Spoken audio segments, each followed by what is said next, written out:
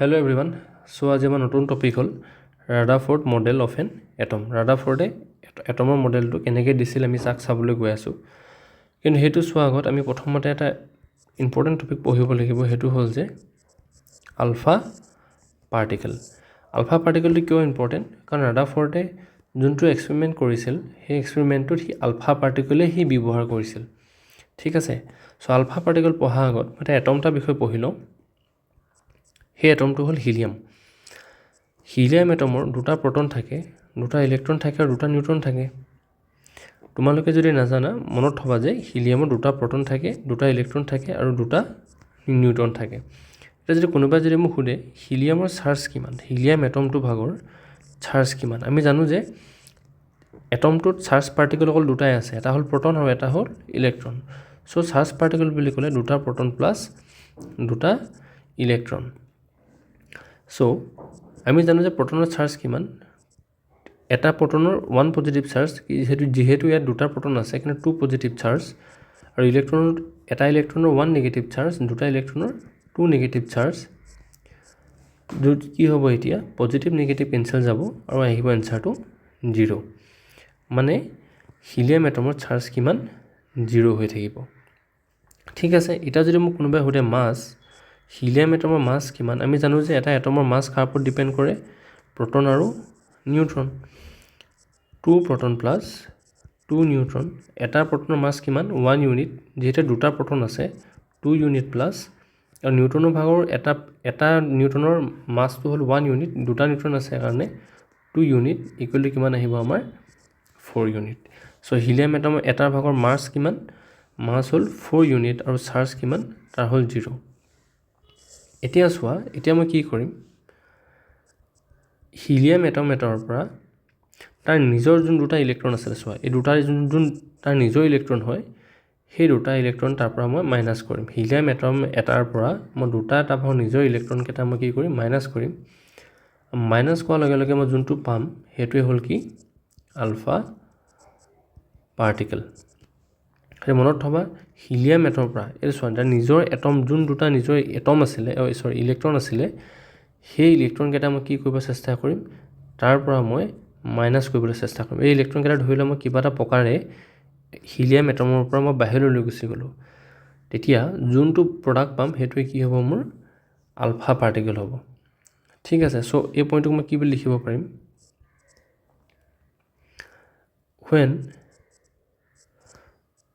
we remove its own 2 electrons from helium atom, we will get alpha particle. কি বুলি ক'লে, যেতিয়া মই হিলিয়াম এটমৰ পৰা তাৰ নিজৰে যদি দুটা ইলেক্ট্ৰন কেনেবাকৈ যদি মই বাহিৰলৈ লৈ গুচি যাওঁ, তেতিয়া যোনটো বস্তু পাম সেইটোৱে কি হ'ব, আলফা পাৰ্টিকেল হ'ব বুলি ক'লে। ঠিক আছে, এতিয়া চোৱা তোমালোকে আলফা পাৰ্টিকেল বুলি যদি মই যেতিয়া ক'ম, আলফা পাৰ্টিকেলটো কি হ'ব, তাত থাকিব অকল দুটা প্ৰটন আৰু দুটা নিউট্ৰন। কাৰণ কি হ'ল, দুটা ইলেক্ট্ৰন যোনটো আছিলে সেইটোক মই বাহিৰলৈ পঠিয়াই দিলোঁ। চ' ইয়াত ইলেক্ট্ৰন এতিয়া নাই, আলফা পাৰ্টিকেলত কি নাই এতিয়া, ইলেক্ট্ৰনটো নাই। হিলিয়াম এটমে হয় কিন্তু তাত কি নাই, ই দুটা ইলেক্ট্ৰন তাৰ ভাগৰ নাই। এতিয়া কি হ'ব, এতিয়া যদি মোক কোনোবাই সোধে চাৰ্জ, আলফা পাৰ্টিকেলত যদি কোনোবাই যদি মোক চাৰ্জ সোধে, যিহেতু জানো যে তাত দুটা প্ৰটনেই আছে এতিয়া, সেইকাৰণে কি হ'ব, তাত দুটা positive charge. So' alpha particle is কি, 2 পজিটিভ চাৰ্জ। চ' মই কি বুলি ক'ব পাৰোঁ, আলফা পাৰ্টিকেলটো কি বুলি ক'ব পাৰোঁ, পজিটিভ চাৰ্জ পাৰ্টিকেল বুলি ক'ব পাৰোঁ। ঠিক আছে, আৰু ইয়াৰ ভাগত যদি মোৰ মাছ সোধে, এতিয়াও কি থাকিলে ইয়াত, দুটা প্ৰটন আৰু দুটা নিউট্ৰন থাকিলে, চ' সেইকাৰণে কি হ'ব, এতিয়াও ইয়াৰ মাছ কিমান হ'ব, 4 ইউনিটে হৈ থাকিব। ঠিক আছে, চ' হিলিয়াম এটমৰো মাছ কিমান হয়, হিলিয়াম এটমৰো মাছ কিমান 4, আলফা পাৰ্টিকেলৰ মাছ কিমান 4, হিলিয়াম এটমৰ চাৰ্জ কিমান 0, আলফা পাৰ্টিকেলৰ চাৰ্জ কিমান +2 চাৰ্জ। বুজি পালা এতিয়া আমাক হিলিয়াম আলফা পাৰ্টিকলটোক কেনেকৈ ৰিপ্ৰেজেণ্ট কৰিব পাৰোঁ সি হ'ব কেনেকুৱা দেখাত Hc হিলিয়াম এটমে হয় খালি তাত কি আছে এতিয়া দুটা পজিটিভ চাৰ্জ আছে সো আলফা পাৰ্টিকলটো কি হয় হিলিয়াম 2+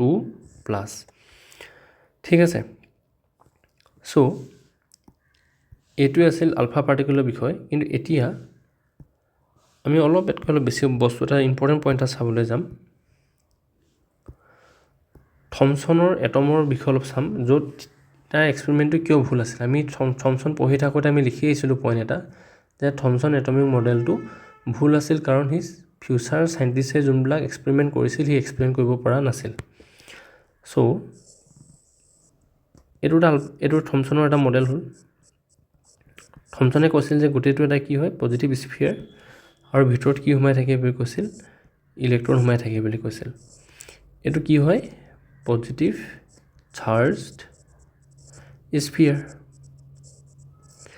ঠিক আছে এতিয়া যদি মই আলফা পাৰ্টিকল এটা লওঁ আলফা পাৰ্টিকলটোক যদি মই এই এটমটোৰ মাজেৰে যদি পাৰ কৰিব দিওঁ তেনেহ'লে কুৱেশ্যনটো হ'ব যে পাৰ কৰিব পাৰিবনে নোৱাৰে তেনেহ'লে এনচাৰটো হ'ব নোৱাৰে কিয় নোৱাৰে কাৰণ আলফা পাৰ্টিকলটো নিজেই এটা কি হয় পজিটিভ চাৰ্জ পাৰ্টিকল হয় পজিটিভ চাৰ্জ কি হয় পাৰ্টিকল হয় তেনেহ'লে যিহেতু এই বলটো এই স্ফিয়াৰটোও কি হয় পজিটিভ চাৰ্জ আৰু আলফা পাৰ্টিকলটো পজিটিভ হ'ব সেইকাৰণে পজিটিভে কি কৰিব ৰিপেল কৰিব দুইটাক ঠেলিব ঠিক আছে সেইকাৰণে আলফা পাৰ্টিকলে কেতিয়াও এই মডেলটোৰ মাজেদি পাৰ কৰি যাব নোৱাৰে কিন্তু আমি পিছলৈ চাম যে ৰাদাৰফৰ্ডে যোনটো এক্সপেৰিমেণ্ট কৰিব তাত কি হয় আলফা পাৰ্টিকল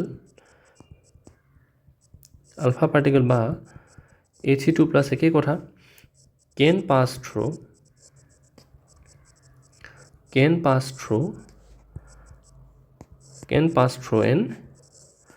an atom ঠিক আছে কিন্তু ৰাদাৰফৰ্ডে কি দেখুৱাব তাৰ এক্সপেৰিমেণ্টত যে আলফা পাৰ্টিকলটো কাৰ মাজেদি পাৰ কৰিব পাৰে এটমৰ মাজেদি পাৰ কৰিব পাৰে কিন্তু থমছন মডেলৰ পৰা আমি এই আলফা পাৰ্টিকলটো পাছ হোৱাটো আমি দেখা পোৱা নাযায় চ' আমি সেইকাৰণে কি বুলি ক'ব পাৰোঁ যে থমছনৰ মডেলটো ভুল হয় চ' এই পইণ্টটো তোমালোকে লিখিব নালাগে তাৰ ডিমেৰিটছত কিন্তু মনত থবা যে যোনবিলাক এক্সপেৰিমেণ্ট চাইণ্টিষ্টে ফিউচাৰত কৰি থাকিব সেইবোৰ এক্সপেৰিমেণ্টক কোনে এক্সপ্লেইন কৰিব নোৱাৰে থমছন মডেলে এক্সপ্লেইন কৰিব নোৱাৰে আৰু তাৰে এটা ফাৰ্ষ্ট এক্সপেৰিমেণ্ট হ'ল ৰাদাৰফৰ্ডে যোনটো এক্সপেৰিমেণ্ট কৰিব ঠিক আছে থেংক ইউ